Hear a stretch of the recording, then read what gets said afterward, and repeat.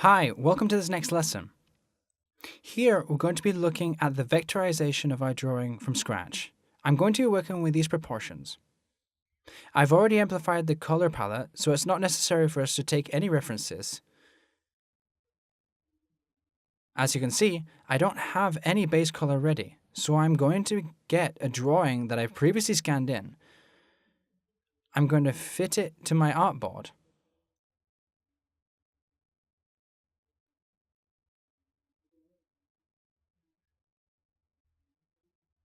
So that it looks better.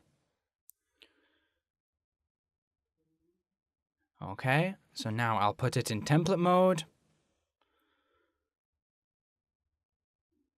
With the opacity low and with a new layer created, I'm going to use the pen that I mentioned before to do the line art.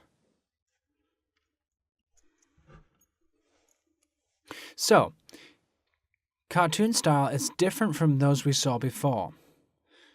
For this reason, the base color is the last thing I'm going to work on.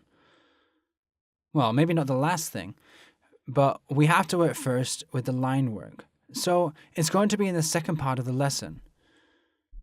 What we have to do is draw the lines. That although they're going to have a regular shape in the beginning, we're going to cover the drawing as we fitted as we can. In the beginning, it may seem like they're quite boring, but after touching them up a bit and we adjust them, both the thickness and the width of the stroke, it's going to be much more visually pleasant.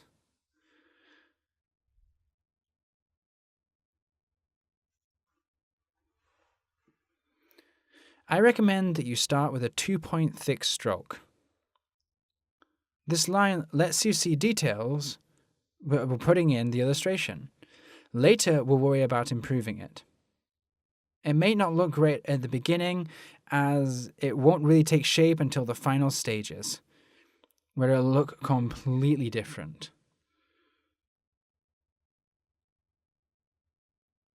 Even so, I want to say that this is going to require a lot of patience. But it's going to be useful in the future for sure. The question is to keep practicing daily if possible, to keep yourself familiarized with the program, because the pen is a tool that requires some skill. However simple it might be to use, if you can't use it in the correct way, all these efforts will have been in vain. For this, I recommend that you keep a constant workflow with your vector illustrations. As I was saying, speed in this kind of work is something quite necessary, and it's preferable that you learn the shortcuts on the keyboard to not have to keep going back and forth to this toolbar with the mouse. For this, there's no other trick than to get used to using the right buttons to speed the process up as much as possible.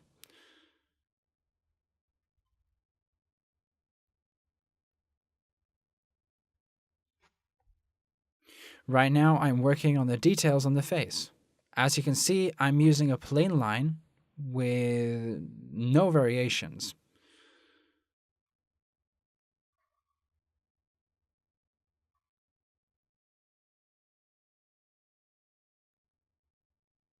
In contrast with other drawings, the cartoon style is best to keep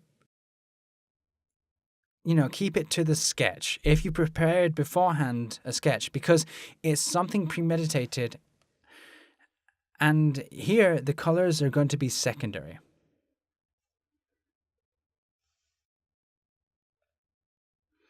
First, we're going to edit the lines to get that vital characteristic present in cartoon drawing. I'm going to keep on completing the drawing so you can see what I'm doing at all time. But basically, it's what we've already done.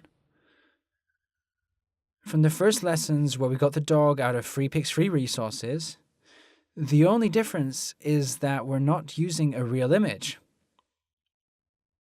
but something we've done ourselves. We're vectorizing something we've made.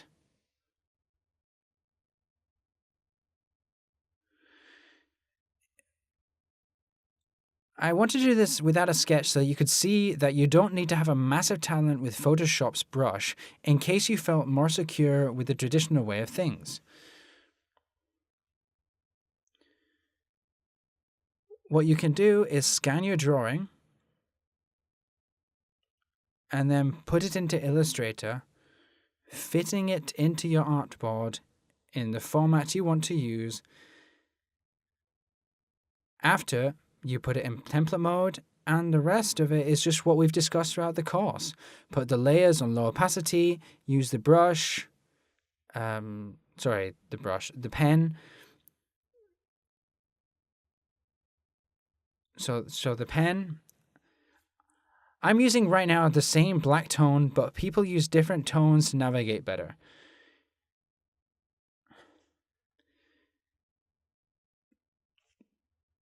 In case the line art below is too dark. Okay, this is a result of our vectorization. A flat line with no modifications. What I've done is to increase the thickness to be able to use the thickness tool without problems. If you remember, all we had to do was select the line, stretch, and shrink the parts that we wanted to work on in the drawing. I'm going to repeat my advice in case you don't remember, but when you're working with internal lines that are a bit thicker and the ends of the external lines are much finer.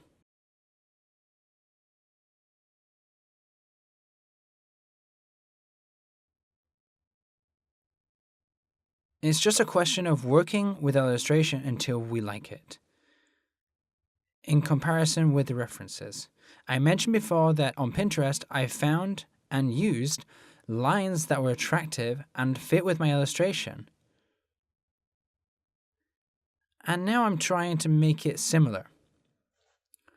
Because I like the variations and how notable in one graphic resource in these types of illustrations. For this reason, I'm using the thickness tool so much.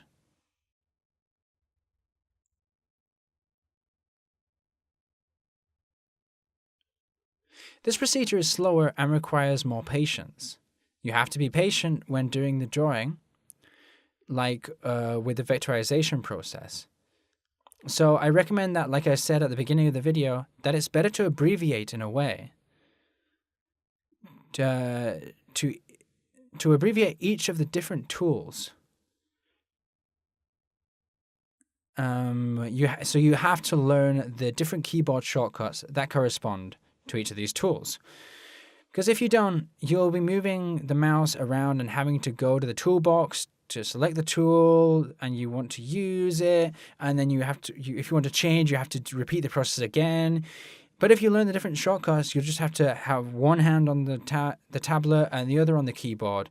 Yeah.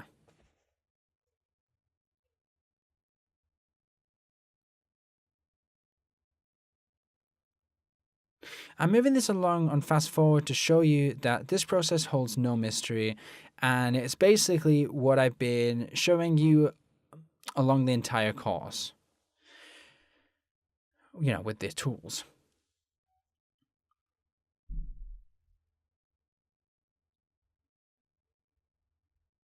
As you can see, the curves are quite exaggerated.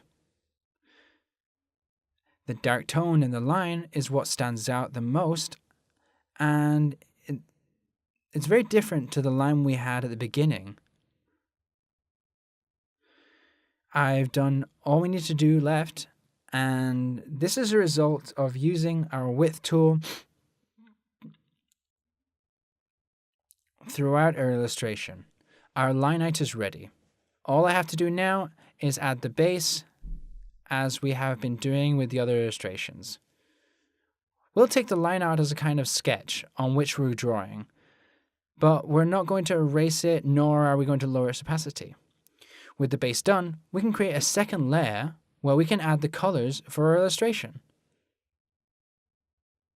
For example, I've started with a simple white just to not get lost.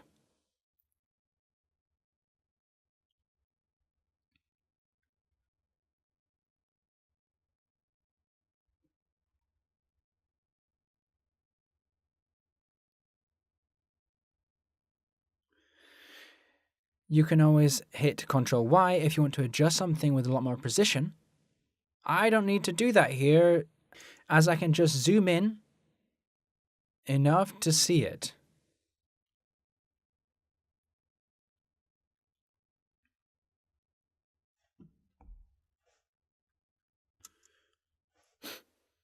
In this case, there's no confusion because we can easily distinguish the different parts in our character with the lines.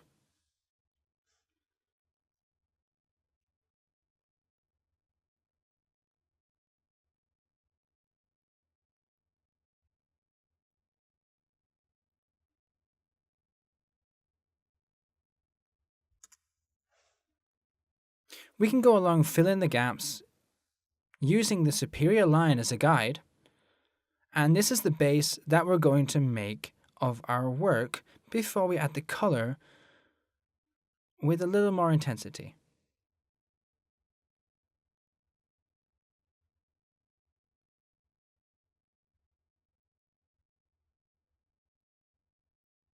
It can seem a little tedious, but it's the safest way to do it.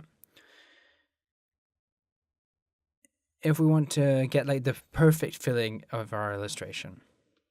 I've just remembered that there is another tool to use to fill in the gaps, instead of just using the pen. It's the interactive paint can. But it isn't very precise, and personally, to finish this kind of work, I prefer to use the pen. In the next lesson, we'll work on the base color we applied, and we'll add some more details to our drawing. See you in the next lesson.